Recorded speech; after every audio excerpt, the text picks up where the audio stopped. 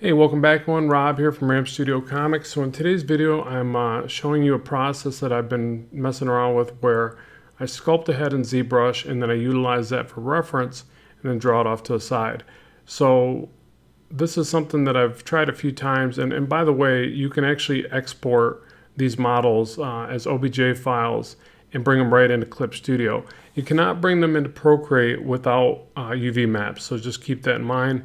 And I actually don't know how to do that part yet. I've been bringing them into Clip Studio, but I also like to draw in Sketchbook Pro. I've been enjoying drawing in this software again. So that's why I have the two windows side by side like that. So you can still work around this way.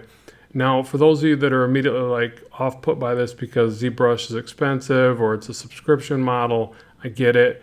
Just keep in mind there are free options like Blender. I'll show more on that when I get better at sculpting in that particular software. But yeah, there's definitely free options out there.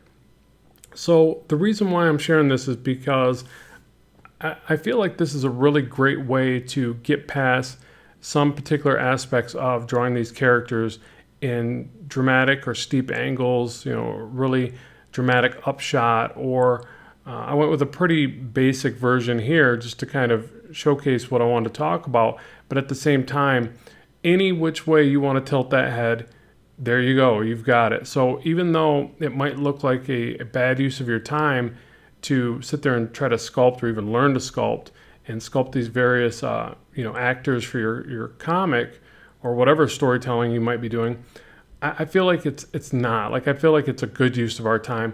For me personally, because I've always been a fan of 3D, I talk about on the channel, I used to do lightwave 3D for a number of years for TV ads. And so to me, I just have a certain affection for 3D work. I don't do much of it in my profession other than stuff like this, but at the same time, it's something that I just see a lot of potential with. So for this particular method, again, I really think that by taking the time to sculpt a variety of the things that you might struggle with in drawing, but then using that as your own reference. So here's the neat thing about it. If I was to go and get models from somebody else, then if they match the character types enough and I can bridge that with my own style, then that's cool. And some people do that really well. Some people, not so much. So at the same time, you have to kind of figure out what works for you and what doesn't. You might do well with just getting a ton of resource from other, there's 3D download sites, there's free models out there. I'm sure you can find different Gumroad items. I'm thinking about even making the models that I created here as downloadable resources on Gumroad, so you guys can let me know if you would find value in that. But if not, taking the time to learn some basic sculpting to do your own characters, to me seems like it would pay dividends. Like, once you have those few characters, you got to remember in your 3D stuff, you can always jump back in and add a little here and there and then save it. So you're good to go. And that becomes a three-dimensional resource for, forever essentially. So in that regard, I wouldn't see how it would really be a negative, but I get people are probably going to look at this and go, well, yeah, but wouldn't you just spend that time getting better at just drawing? You're taking shortcuts. You're cheating the process, man. You're faking it. Like, there's all these different ideas of what this might be. I'm just saying personally, I feel like this is a really neat way to explore the creation of your characters. And hey, who knows? Maybe you get picked up for a video game one day and you're like, bam, I got the 3D assets. Or maybe you want to start 3D printing your characters and you've already started down that path. So to me, that's, I don't know, I just think like that. I like all that stuff, but at the same time, I get it. Some people just want to jump in, they want to draw. But what I've noticed is that there's certain things, again, faces from different angles or continuity. So this is a big one, continuity from panel to panel, right? And I've seen pro artists struggle with this, and I struggle with this myself, So it's like, I've seen people that they draw a character and then there's another panel and all of a sudden you almost have to do a double take because you're like, oh yeah, that's that same character. But your mind doesn't register it because their continuity of the way they draw that character is off. And as long as it's forward facing, they seem to do okay. And I'm talking introspectively as well. Like, this is something I deal with.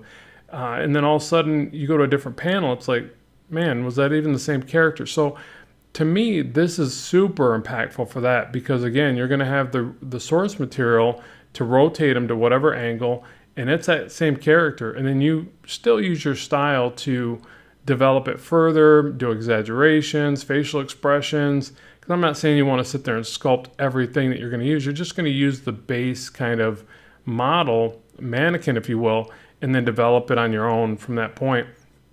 So I don't know. I think that that's a fun way to do it, or a cool way to do it. Now, not everybody is going to want to jump into doing 3D sculpting. It's not for everybody. I get that. I just really enjoy it, so I figured I'd share it on the channel.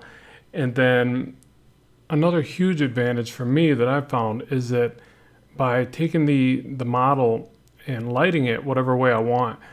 So again, I struggle at times with continuity from panel to panel and light and shadow. Well, you get all that when you have the 3D model. In fact, it's even a little bit better in Clip Studio Paint. I'll bring some tutorials or samples of what I do there. I've already tested this model inside that software, and it basically allows you to light it. There's even effects that you can do in Blender where you can apply some different line art techniques to it.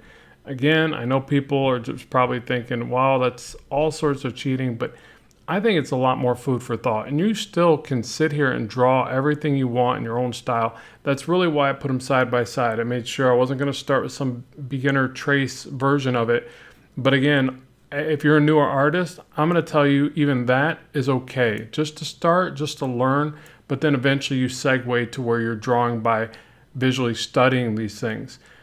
Even at this one, so I get rid of the reference now. And I could have done that sooner. So that's something else I recommend.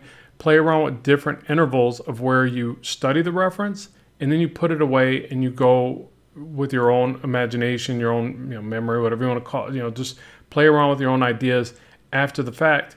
But again, play around with different intervals of that. So you might just get like really basic shapes from the reference and then put it away and start drawing your own thing. It takes time to get to that level because at first you need a little bit more assistance. And that's where I'm okay with tracing in the beginning as a means to really see where lines intersect, really see where things get overlapped. So even with this particular one, I almost didn't want to share it because the eyes and the mouth looked funny to me, but I was like, no, that's not the point. I'm going to share it anyways because I still learned something from the process, even though it's not exactly the way I wanted, and I could have redrew this face 2 or 3 times and gotten it better and better. That's not the point. What I'm trying to show is that if you can get a good source material, in this case one that we create ourselves, and then utilize that and develop it into your own style, then that's a win.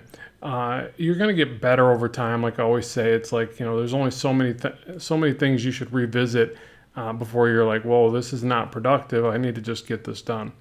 So hopefully you've enjoyed today's video. I'd love to know what you think, as well as what you'd like to see in the future. As always, keep drawing, keep having fun, and I will talk to you soon.